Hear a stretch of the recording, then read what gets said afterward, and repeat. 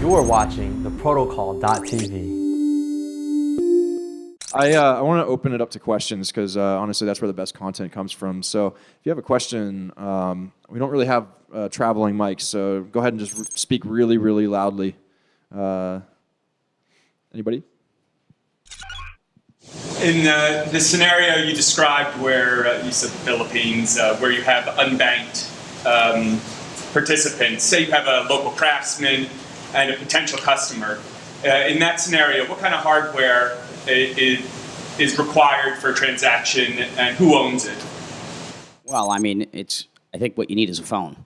And I think in the Philippines, the phones far outnumber the people. So I don't think this is much of an issue. I mean, unless you're in a really remote part of the world, pretty much everyone has phones at this point, and that's what's enabling all of this. I mean, even in Africa, I think the smartphone penetration rates are up to 30%. I mean, phones are going to be everywhere, and I'm not concerned about that. And I think that's about all the technology you need. Yeah. And also, you know, in Kenya, having a phone is having a bank in your pocket.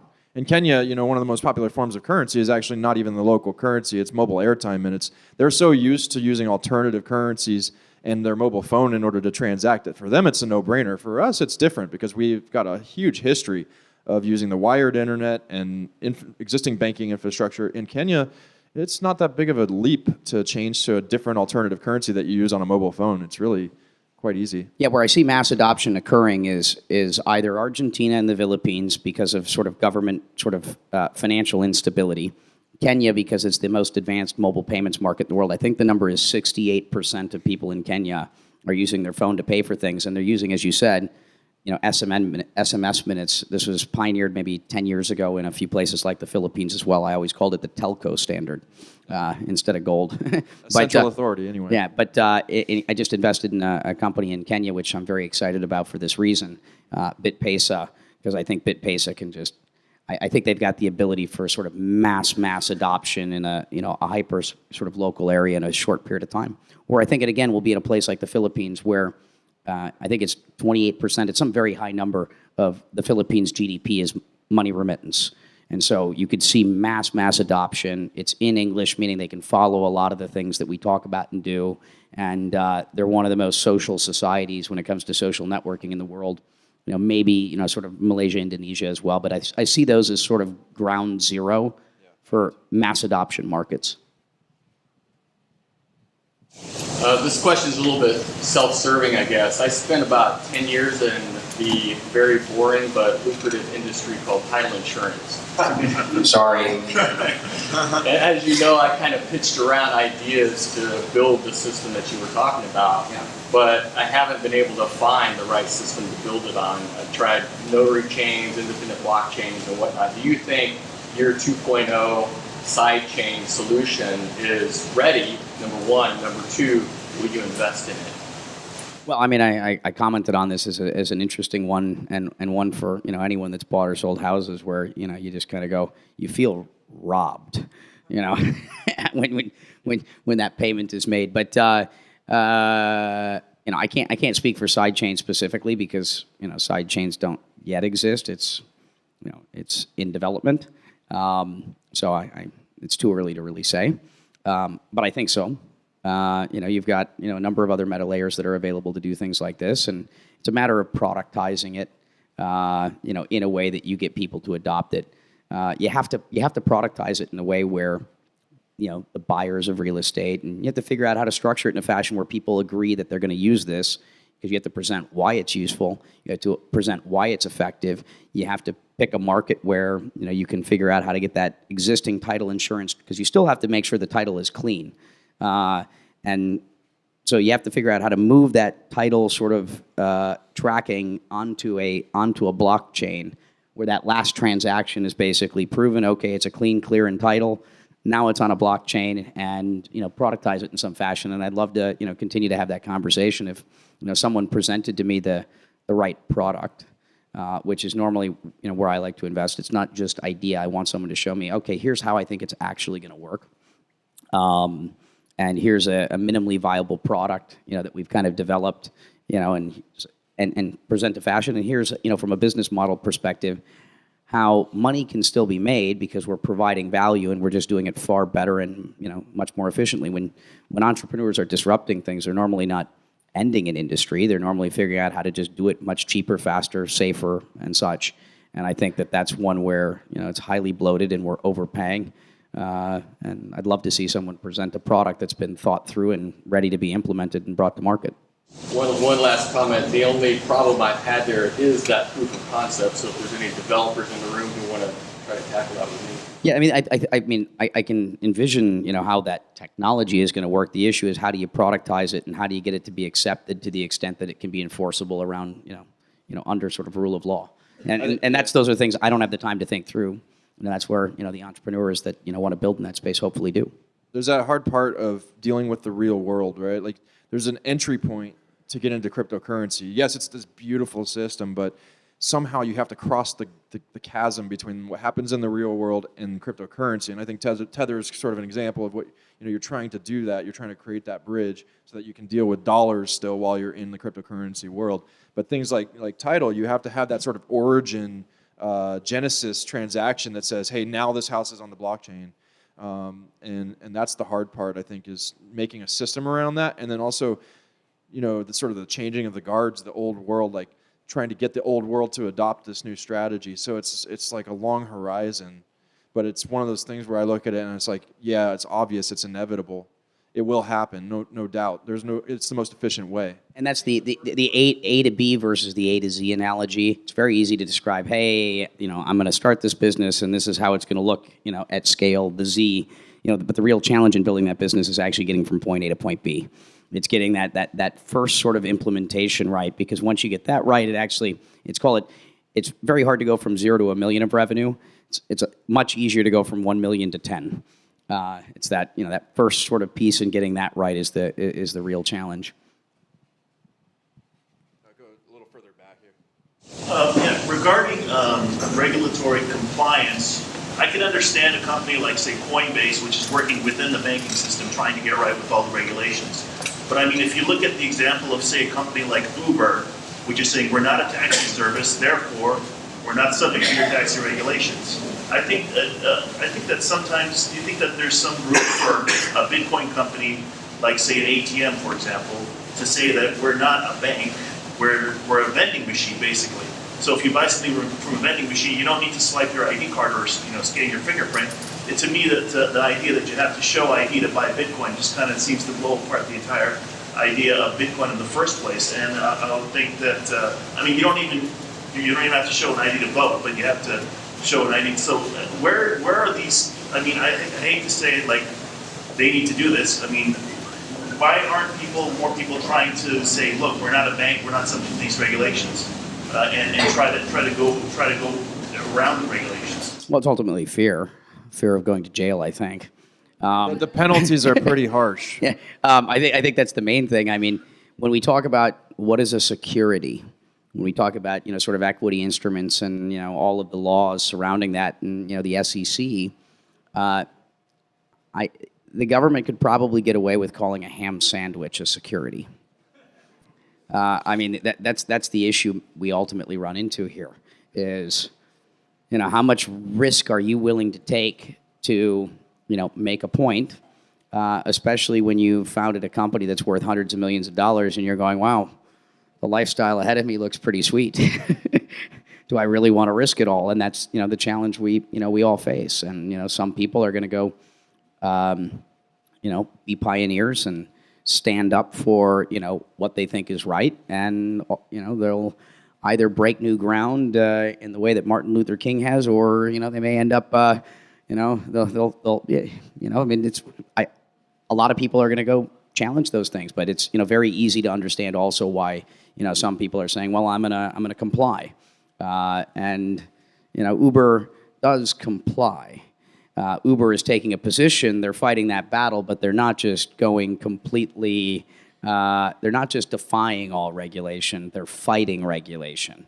And they're doing the best to do that, and it's a tough battle, and they're ultimately going to win for one reason. Because what they're providing is ultimately good for us, the consumers. The taxi unions are in the wrong, and they provided a shitty service for a very long time, and they've been protected by unions, and Uber's come along and provided something that's great for us as consumers, and they got big enough that we're not going to let it stand. And they will eventually win that battle. It may take a long time because they're providing something at the end of the day that's, and again, good for us as consumers. The politicians that represent us are supposed to be doing what's good for us, the people. That doesn't always happen in the way that we would like, but ultimately, the thing that causes the things that we're doing to succeed is us being a very large critical mass of people. When there's 100 million Americans standing strong that want the things that we're working on, that's when the people are ultimately going to get what we want. It'd be great if politicians had to actually ride in taxi cabs, then maybe the system would change faster. As a visible investor and proponent in the Bitcoin community, do you find yourself personally getting any friction from potential incumbents and their associates in your travels and convention speakings and anything else? Not really. I'm pretty practical, pragmatic. If you engage me one-on-one, I can sort of understand the position of both parties. I understand why banks are not jumping to bank Bitcoin businesses. I can understand that. I can put myself in their shoes and understand their position and then have a logical conversation from there. I'm not trying to argue with people. I'm trying to have a conversation with people to enlighten them and help them understand why this is important. And everyone's got their methods. Mine are try to engage in an intellectual conversation to eventually win people over if your position is right, and go through that debate process. So I don't ever find myself in that position, but I'm sure it'll happen eventually. But No one's trying to knock off blockers. not that I'm aware of.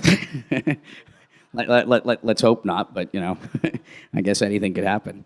I would say I've had a lot of conversations with financial institutions as well, and I think there's a really strong misconception from the outside that the banks are trying to shut down Bitcoin or they're like stonewalling it. They're not. They're not. In fact, one thing that I've learned about bankers is that they're like the smartest people you've ever met, and they're really good at one thing, which is making money, right? So they know how to make money, and if they see an opportunity to make more money, they will go and take that opportunity. They're very opportunistic. So one of the biggest issues with the banks is not that they don't see the potential. In fact, they look at the blockchain technology and they're looking at all the applications of all the things that they do internally and thinking, man, we could eliminate so many people and save so much money for the company, and we can make so much more profit because blockchain technology solves all these problems of how we do treasury and asset management and all these other things that they're looking internally. Not necessarily the currency part, but the underlying technology of blockchains. And the problem for them, the reason why from the outside it appears like they're totally stonewalling it is because the typical story is that a Bitcoin company can't get a bank account to do exchange, and the problem behind that is really a regulatory nightmare, right? So the bank is just really they're doing like a sort of a cost-benefit analysis of like, okay, well, we could take on this Bitcoin company, but then we have to go through the compliance process, and it's super risky, and we're basically jeopardizing our entire nest egg for some little Bitcoin company that's making very little money, and it just doesn't. They're making very little money. What does that mean to a bank? Right. Banks are looking at hundreds of dollars or thousands of dollars of fees and potentially billion-dollar fines. It's like, how do I justify this?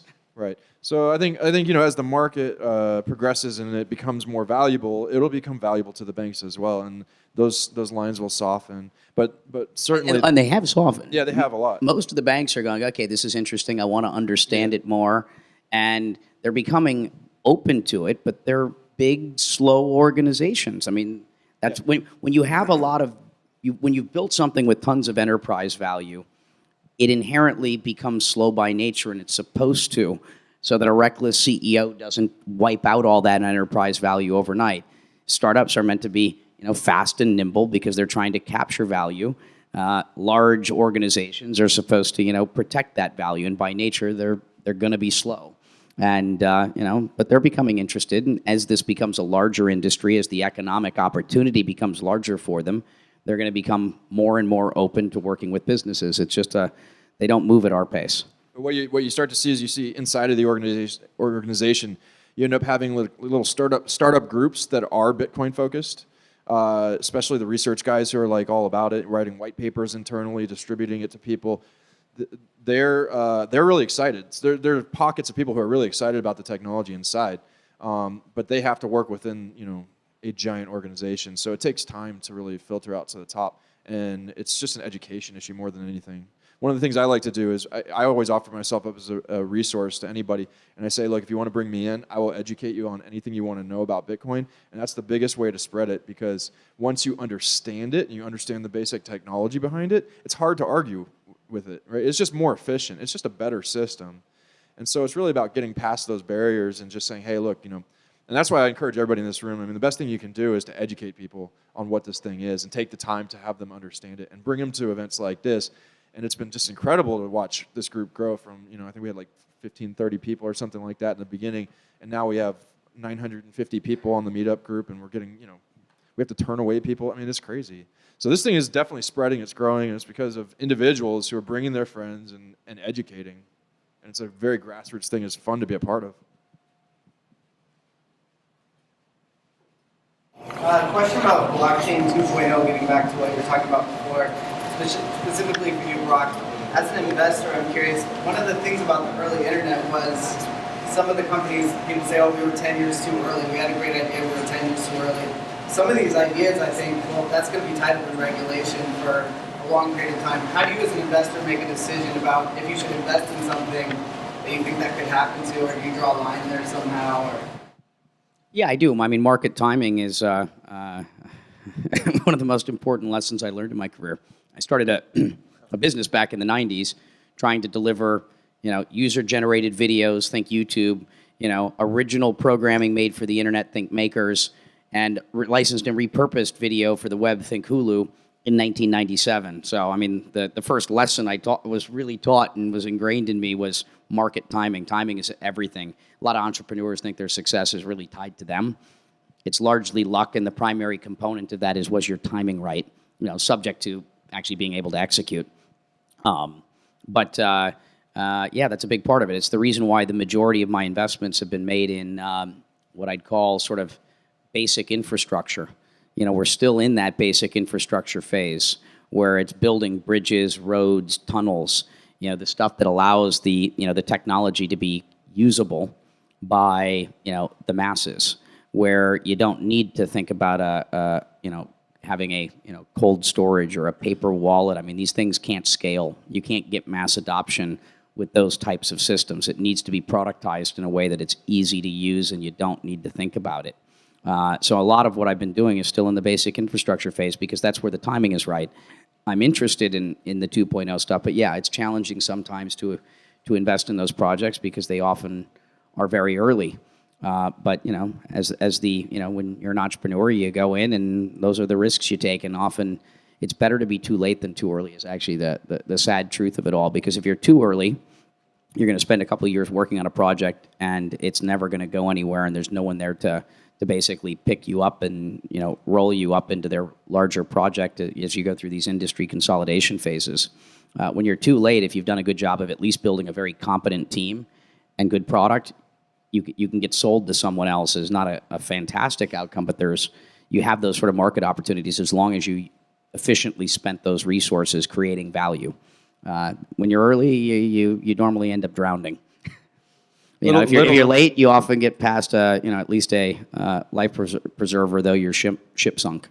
So there's a little known fact that I was a child actor, and I actually auditioned for one of his shows way back in the day when I was a kid. So secret. Don't tell anybody. Rob. For both of you guys, what would you say the past 6 months has surprised you the most, whether it's technology, adoption, regulation? What's been surprising?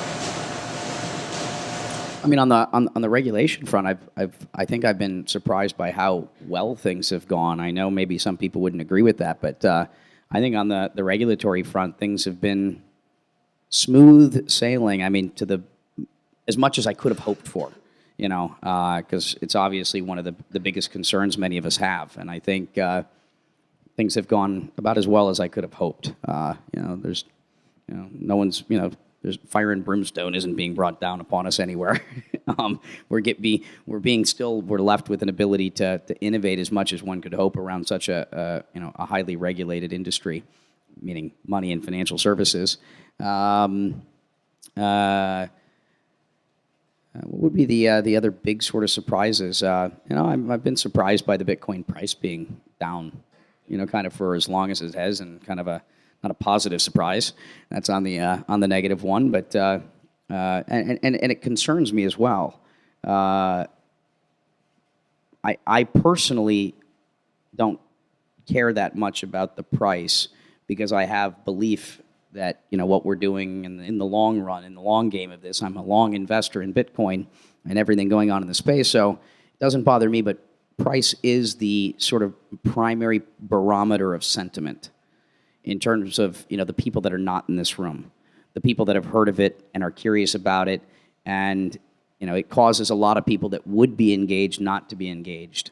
A high Bitcoin price is actually going to drive mass adoption far faster than a low Bitcoin price, and that's because, unfortunately, human beings are still driven by this sort of herd mentality. Most of us know the best way to invest is to buy low and sell high, but the reality is, much as we know this, almost no one does it.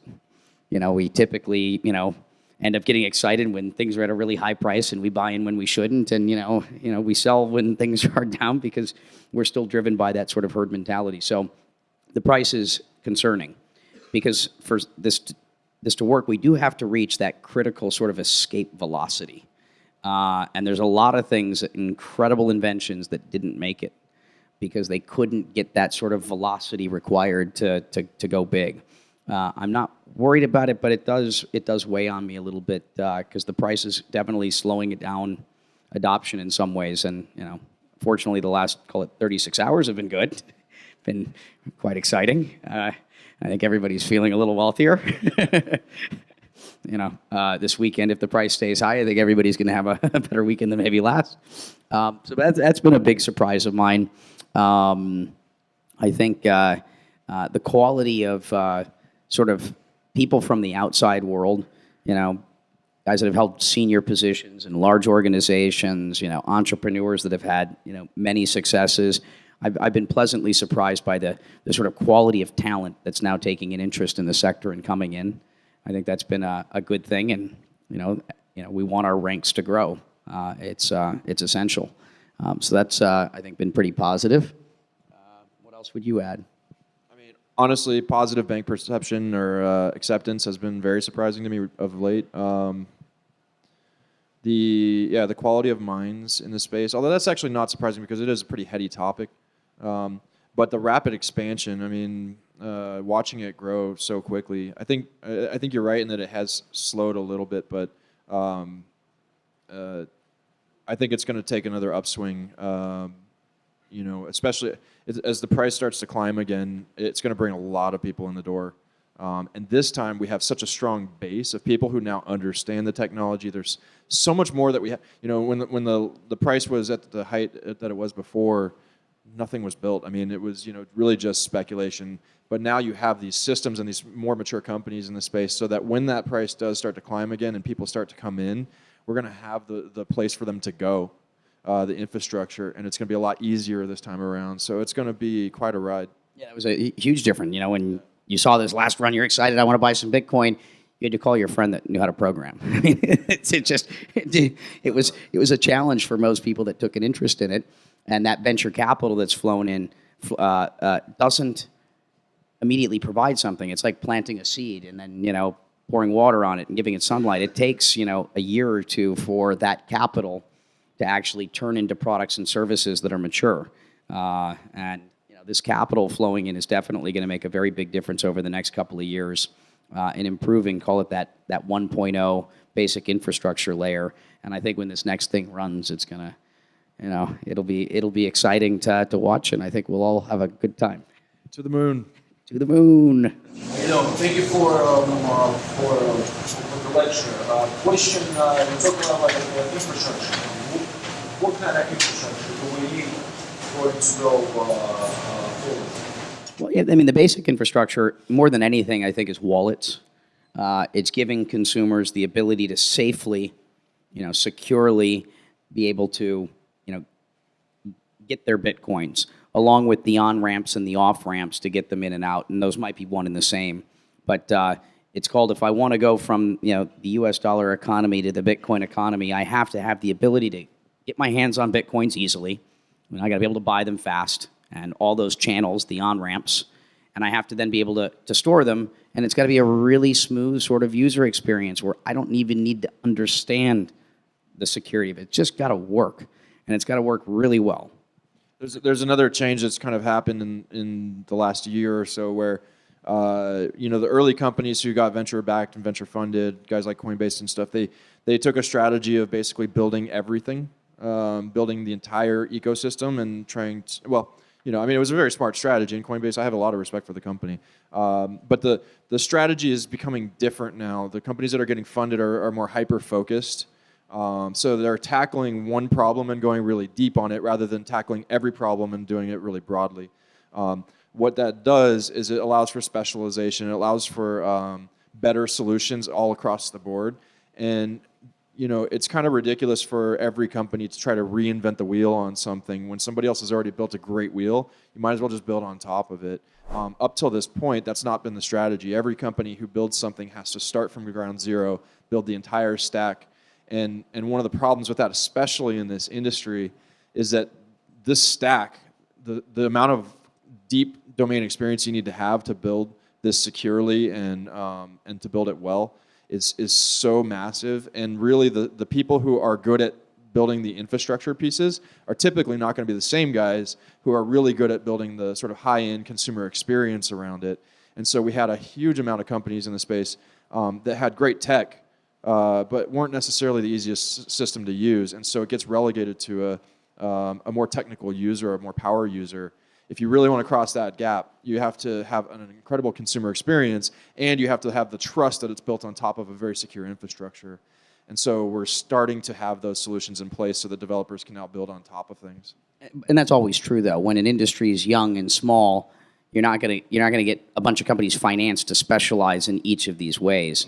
And when these companies were getting started, there wasn't perceived to be enough value in here for companies to all be funded in a way to specialize. I mean, AOL is a really good example of that in the early internet, right? So it's always this way. AOL was a company that did everything. They were an ISP, they were a content company, they were chat rooms, they were everything, right? And that gets disintermediated over time, and individuals start to specialize, and you get better ISPs, you get lower costs, you get better consumer experiences, you get openness in the web. And then now we have what we have now, which is an open internet that's built on top of all types of infrastructure, and you have deep specialization even just in hardware with AWS and cloud services and all that kind of stuff, where they're just providing the lower level guts of Amazon apps. does a lot. So Amazon does do a lot. They're kind of an exception, but so does and they Google. do it pretty well. To be honest with you, all the cloud providers do a lot of things, but those systems allow for developers like me to be able to go in and say, hey, I want to build a website. Well, now I don't have to reinvent the wheel on server deployments and host my own email servers and all these things that you would have to do. And that's why the costs were so expensive in the early internet days for starting a company. You had to run your own server farms. You had to run everything. This gives the ability for developers to move very, very fast and on a better infrastructure and to provide better services. If you guys could suggest tools that we using Bitcoin could use for getting paid in Bitcoin, or maybe auto-paying bills in Bitcoin or wallets, what would that be? Well, I mean, the getting paid in it, call it the payroll services stuff is interesting. I didn't like the space at first just because I didn't think it was ready back to that market timing piece, because most of the only companies that are going to use a Bitcoin payroll service are Bitcoin companies, and quite frankly, there's not enough of us yet to make a market for that. But when you eliminate sort of Bitcoin on the surface, and again, you look at Bitcoin as the rails, there's a huge problem as companies begin to virtualize their workforce, and you've got employees in the Ukraine, or employees in Southeast Asia, or employees in Argentina, or if you're Google, and you have all these AdSense publishers all over the world, how do you pay them?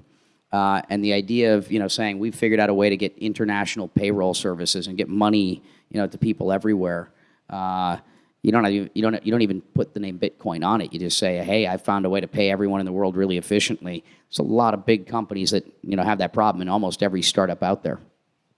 That's an area I find interesting.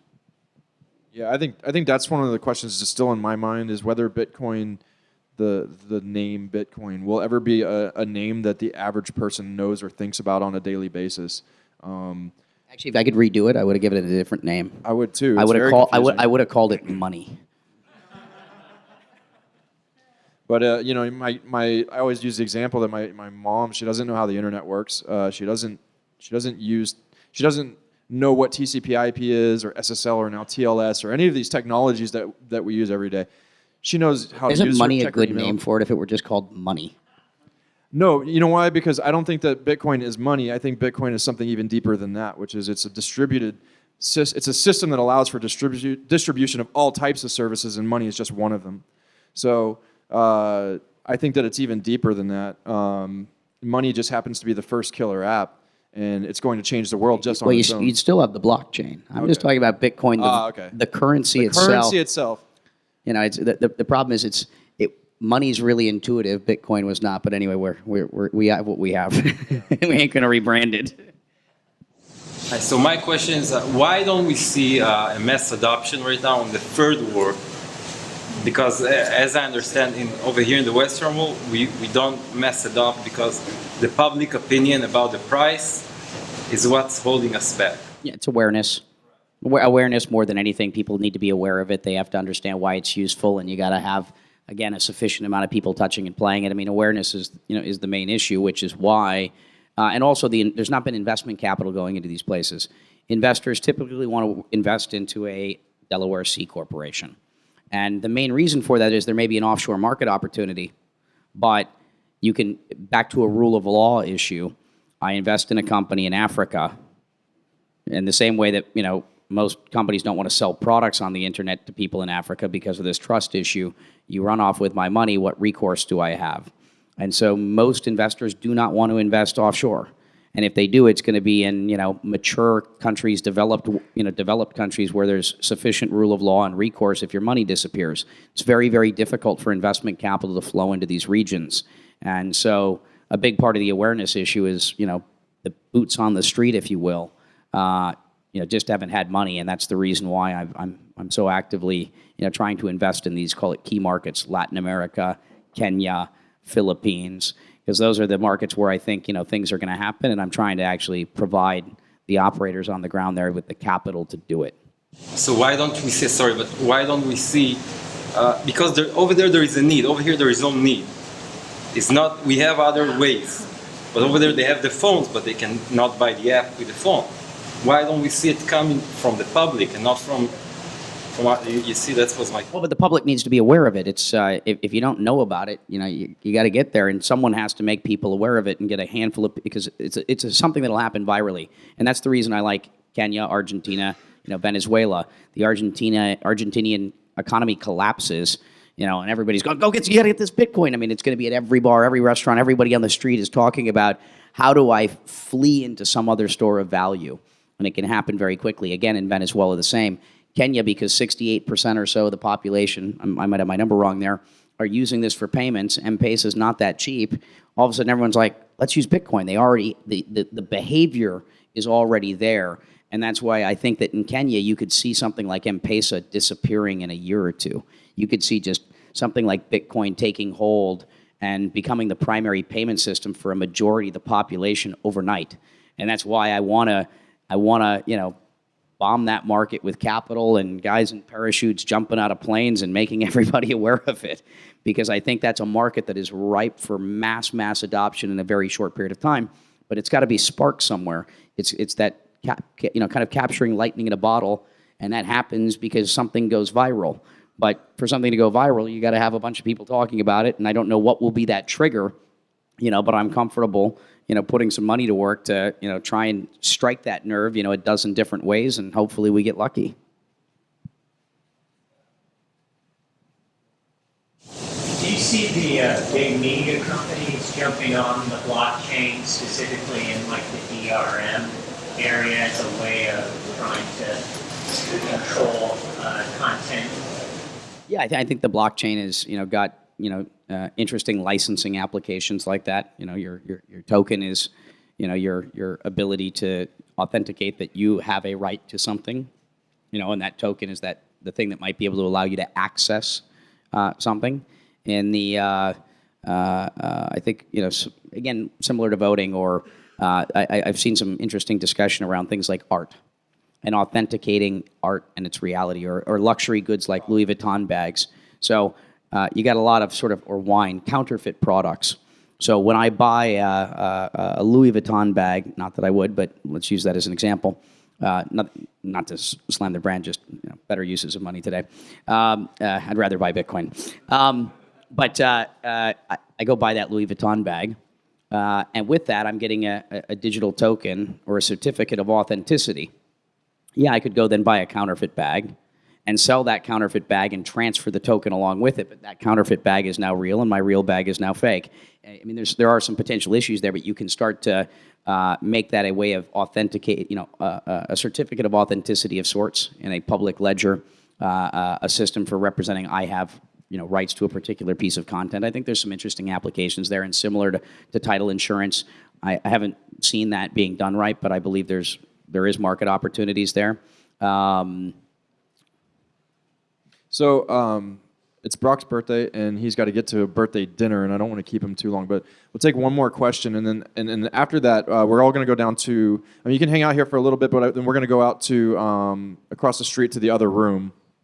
And so please come on down, network, hang out. We'll all be over there. I want to add one other comment to the media side, which I don't think was the question you're asking, but I think the one thing that could drive mass adoption on the media side here in the U.S., which excites me, is microtransactions.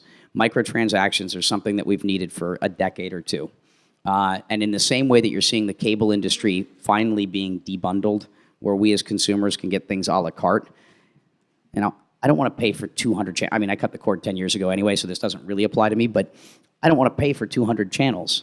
I want to watch 4 channels. Why do I have to buy 196 things I don't want? And we as consumers are finally getting what we want there. And this was a government issue. Again, government regulation, well-intentioned, but kind of always going wrong. And that was, well, yeah, there's a bunch of important public interests that need to be served, and no one's going to pay for that. Therefore, we got to, subsidize those things by forcing everyone to buy it. But in the same way that we consume content online today, I don't want to pay $20 for the Wall Street Journal. I don't want to pay $20 for the Financial Times. I don't want to sign up for any subscriptions, quite frankly. I want to pay for things as I consume it. I'd much rather go down the freemium world, much in the way the video game industry went from a packaged software business and turned into, a software as a service business, now into a freemium sort of microtransactions business. I think all content should, kind of exist that same way. I'd rather try it, on a freemium basis before I buy it. If it's a Financial Times article, let me read half of it, and it's a nickel, a dime, a quarter to read the rest of it. And I'd much rather do that all day long as I'm consuming content. And the media companies, I think, are going to want this as well, because if you look at how anyone that's on a CPM-based basis is, CPM is cost per mil or per thousand. I think the average CPM on the internet is probably something like 20 cents, or maybe even lower when you include the international markets. Premium stuff, call it $3. That's still a fraction of a penny per consumption. If I can get, in the same way video games have a 2% conversion rate, someone to pay 5 cents, when you start implementing a transactional model versus an advertising model, you can see a lot of sort of value in those businesses increase. I mean, the companies that are providing content, quality content that we're willing to pay for on a freemium basis, you could see the increase of these businesses and the value there by an order of tenfold. And the minute these companies recognize that they can increase their enterprise value by an order of magnitude, they're going to go push this model, down into the market in a way where we as consumers could find ourselves, using this in a short period of time. There's a few things that I see kind of potentially sparking mass adoption in the U.S. But I think it's going to take some time. Otherwise, what is that thing that drives it? And I think if the sort of content companies that are providing content find a smart way to implement that, I could see it being beneficial to consumers as well as to content providers. Sorry, that was one other thing that I spent a lot of time thinking about from a media perspective. Yeah, not to mention the privacy issues around the business model of advertising, right? So If you're yeah. not paying for a service, if you're not paying for a product, you are the product, right? So Exactly. And I'd rather pay a nickel and not have all of my sort of internet behavior being bought and sold in the open market. So one last question, so make it a good one. Yeah, circling back on the topic of price, I've been involved in 2010. Every time I speak to people about Bitcoin, they're always saying, oh, the price dropped, oh, the price increased. And I want to get beyond the price. I want to talk to them about the application of technology, especially my friends being doctors, lawyers, investors. What have you seen as the best method to kind of shift their focus or kind of changing the approach a little bit? Because I've tried so many different ways and I haven't really figured it out yet. Unfortunately, I haven't figured out how to do that yet in a soundbite either. Again, this is that problem of barometer being the primary driver of sentiment. Normally, I find I still need 5 or 10 minutes of conversation to engage you and present you with a use case. The main problem that most of them have, again, is why do I need it? And that's the big challenge. And then I normally get into an international market discussion and showing them how this is going to enhance and change the lives of billions of people around the world, which kind of in some way works almost to guilt you. You have the ability, this is important. It's going to make lives better for people because we all want that. So I find that to be a pretty effective one, and it's one that they recognize. But unfortunately, the price is that main driver of, it's that main barometer for sentiment, and it's hard to get people past it because that's the surface thing. But probably the shortest answer is actually talking about wallet growth year over year, Bitcoin ATM growth year over year. If you actually look at all the fundamental metrics, they're all up and to the right and at various sort of inclines. Every other metric is there, and that's the thing I'd point out. I'd say, price is going to always kind of have these sort of up and down moments. But if you look at the fundamental sort of behavior and every other metric that matters, it's up and to the right. And I just name those and list off 5 to 10 of them. And I think that that's pretty effective, and you can probably get that conversation done in well under a minute. I take a different approach to it. I talk more philosophically, and I say, I really don't care about the price. What I care about is what can you do with this amazing technology that you couldn't do before. And it turns out you can do so many things. And so I always say, what is Bitcoin at its core? Well, it's the most efficient way to move value of any kind from point A to point B anywhere in the world instantly with no third party in the middle. And I always say value and not money because there's a lot of things in our life that have value that have nothing to do with money. And I use the example of voting. A vote is an assignment of value. I'm assigning a vote. I have one vote to give. It's valuable to me. And I'm assigning a vote to a candidate or a measure or whatever it is that I'm voting on. So now we have a technology that didn't exist before that for the first time in humanity's history has the ability to allow for global, decentralized, distributed, cryptographically secure, verifiable, and auditable elections. This is a technology that has the raw power to revolutionize democracy around the world, and that's just one application of that technology, and there are tens of thousands of others, some that have been invented, some that are being invented, and some that we can't even predict. It still takes over a minute. The problem is cut it down. There is no good short answer. It requires actually engaging in a conversation, and it's very effective. And once you get someone hooked, if they spend an hour studying this, and if they're, it's the beauty of it. You just have to take the time one by one. We go out and we educate 10 people about this and take that hour to truly help them understand why this matters. It's hard once you get bitten by the Bitcoin bug, not to become obsessed with it. It's a religion. And with that, thank you for coming to our church.